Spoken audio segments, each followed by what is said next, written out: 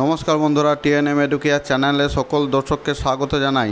এই মুহূর্তে যে আপডেটটি নিয়ে আপনাদের সামনে শেয়ার করতে চলেছি তা হলো 2022 প্রাইমারি টেট প্রশ্নভুল মামলা। এই প্রশ্নভুল মামলাটি আজ কলকাতা হাইকোর্টের ডিভিশন বেঞ্চে বিচারপতি মাননীয় তপব্রত চক্রবর্তী এবং বিচারপতি মাননীয় ঋতব্রত কুমার মিত্রর বেঞ্চে শুনানির জন্য উঠেছিল 9 নম্বর সিরিয়ালে ঠিক সময় দুপুর 2টায়।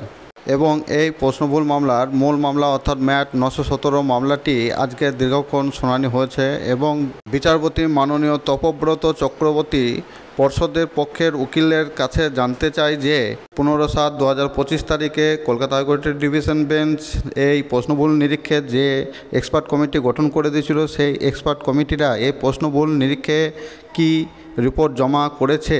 তখন প্রাথমিক শিক্ষা পর্ষদের আইনজীবী জানান যে তারা রিপোর্ট জমা করেননি কোর্টে, কিন্তু তাদের ফাইনাল রিপোর্ট তৈরি হয়ে আছে। তখন বিচারপতি প্রশ্ন করেন যে তাহলে আপনি রিপোর্টটি জমা করুন কোর্টে।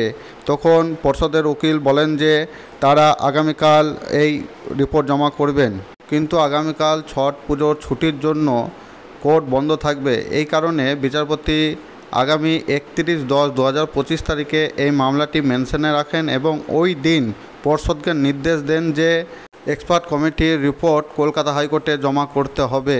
এই বলেই আজকে শুনানি শেষ হয়ে যায়। এখন দেখা যাক আগামী বৃহস্পতিবার এই মামলার কি নতুন তথ্য উঠে আসে, সেদিকে আমাদের নজর থাকবে। আমার ভিডিওটি ভালো লাগলে একটি লাইক দিয়ে চ্যানেলটি সাবস্ক্রাইব করে রাখুন পরবর্তীতে যে কোনো ধরনের আপডেট পাওয়ার জন্য। ভিডিওটি দেখার জন্য সকলকে অসংখ্য ধন্যবাদ।